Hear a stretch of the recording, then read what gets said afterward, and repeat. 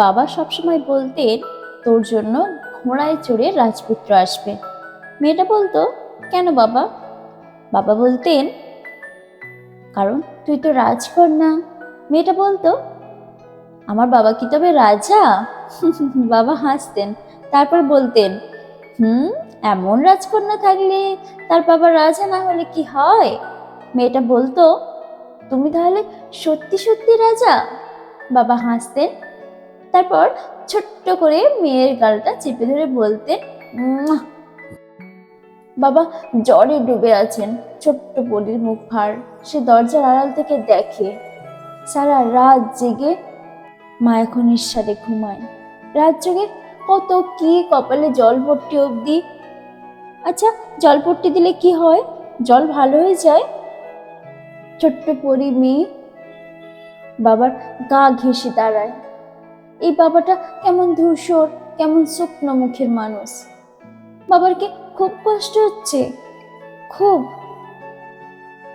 পরী মেয়ে তার চুলের ফিতে খুলে ফেলে, তারপর বেসিনের জলে ডুবিয়ে বাবার কপালে বেঁধে দেয়। বাবা চোখ মেলে তাকান, ঠিক সামনের আয়নায় তার চোখ, টুকটুকে লাল ফিতে তার কপাল জুড়ে। পরী মেয়েটা বড়দের মতো করে বলে রাজা মশাইয়ের জ্বর কি তাহলে কমলো? বাবা হাসেন, দু হাতে জাপটে ধরেন তার রাজকন্যাকে বুকের ভিতর। এমন রাজকন্যা থাকলে রাজা মহারাজাদের জ্বর না কমে যাবে কোথায়? বাবা রাজকন্যাকে কাঁধে নিয়ে হাঁটে। কোলের ভিতর বিড়ালের রূপে ঘুম পাড়ান, সারা বাড়ি ঘুরে ছোটেন। তারপর অফিস, মিটিং, রোদ ঘাম জলে দিন রাত্রি বাজারের সদা দ্রব্যমূল্যের ঊর্ধ্ব করতে দিন শেষে হতাশা ক্লান্তিতে গম্ভীর মুখে ঘরে ফেরার থাকে। কিন্তু পরে মেয়েটা এসে বলে তুমি কি আমার ফকির বাবা? বাবা গম্ভীর মুখে বলে কেন মা? আজকাল আমায় যে আর রাজকন্যা বলে ডাকো না। ক্লান্তিরা ডানা ঝাপটে পালায়, দুশ্চিন্তাও।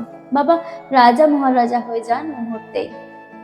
তার বুকের ভিতর ডানা ঝাপটায় রাজকন্যা।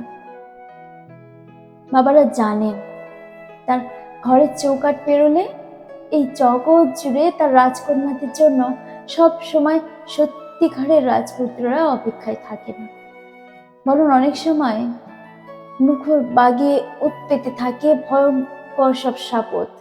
হয়তো তাই পৃথিবীর সব বাবাই তার বুকের ভিতর আজীবন তার রাজকন্যাদের পুষে রাখতে চান। হয়তো তাই জগৎ জুড়ে সকল রাজকন্যাদের বুকের ভিতর ফিসফিসিয়ে বাজে I am a princess, not because I'm a princess, but because my father is the only king. যদি কোনো ভুল ত্রুটি হয়ে থাকে নিজ গুণে মার্জনা করবেন। যদি ভালো লেগে থাকে আমার চ্যানেলটিকে লাইক অ্যান্ড সাবস্ক্রাইব করে পাশে থাকবেন। আপনার মূল্যবান মন্তব্য কমেন্ট বক্সে অবশ্যই জানিয়ে যাবেন। আমার সঙ্গে এতটা সময় থাকার জন্য অসংখ্য ধন্যবাদ।